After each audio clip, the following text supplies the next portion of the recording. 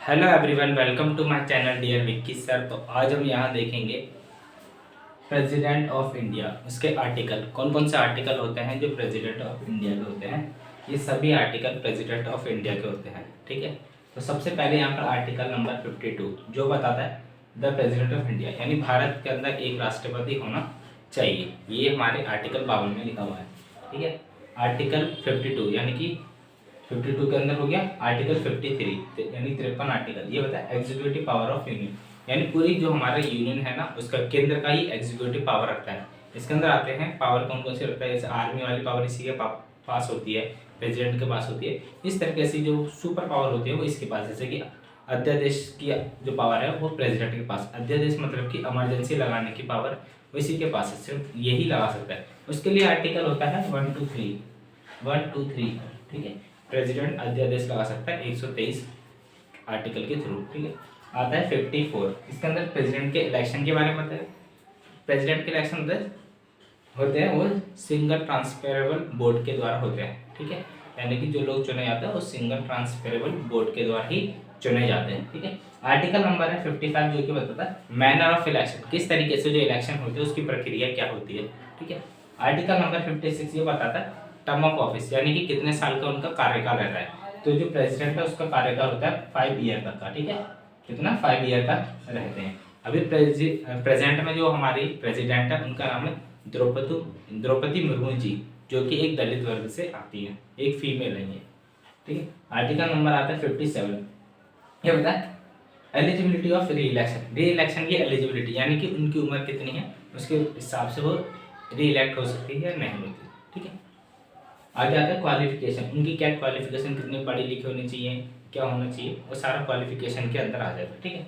उसके बाद article number 59, ये क्या बताया कंडीशन ऑफ प्रेसिडेंट की कंडीशन, किस तरीके के वर्ग से हैं, ठीक है। उन्होंने कोई इलेक्शन लड़े हैं, ये किस समाज में उन्होंने अच्छा कार्य किया है, उनकी वो देखते हैं कंडीशन किस हालात से, ठीक है।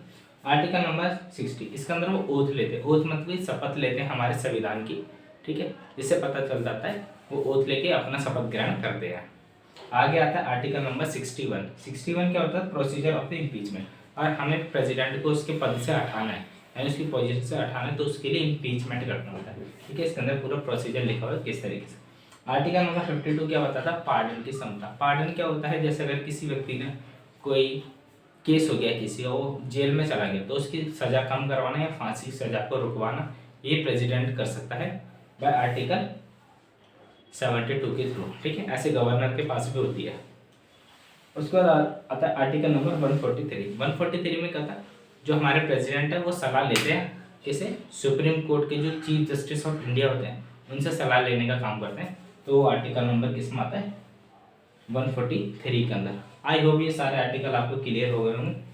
तो आप ये पूरा एक याद कर सकते हैं, पहले प्रेसिडेंट होता है, फिर उसके एग्जीक्यूटिव पावर आ गई, फिर उसके बाद क्या आ गया उसके, अगर हम शॉर्ट में लिखना है तो प्रेसिडेंट, फिर एग्जीक्यूटिव पावर, फिर इलेक्शन, फिर मैनर, फिर टाइम पीरियड, फिर री इलेक्शन, ठीक है, री इलेक्शन।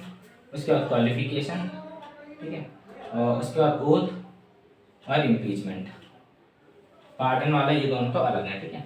तो यानी कि प्रेसिडेंट होना चाहिए, फिर वो क्या होना चाहिए एग्जीक्यूटिव पावर है, इलेक्शन, मैनर, टर्म, री इलेक्शन, क्वालिफिकेशन, ओथ और इम्पीचमेंट। यानी दोबारा से प्रेसिडेंट होना चाहिए, क्या होना चाहिए उसके बाद एग्जीक्यूटिव पावर, फिर इलेक्शन वाला बता दिया, ठीक है।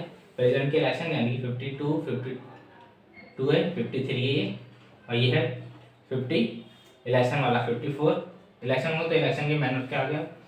उसके बाद आ गया एम से मैनर ऑफ इलेक्शन 55, 56 में आ जाएगा इसका टर्म यानी कितने साल के लिए। उसके बाद री इलेक्शन आ जाएगा 57, 58 में क्वालिफिकेशन, फिर ओथ 60 में, और 61 में इम्पीचमेंट। आई होप आपको ये क्लियर होगा। अगर आप ये लिखना चाहते हैं तो ट्रिक लिख सकते हैं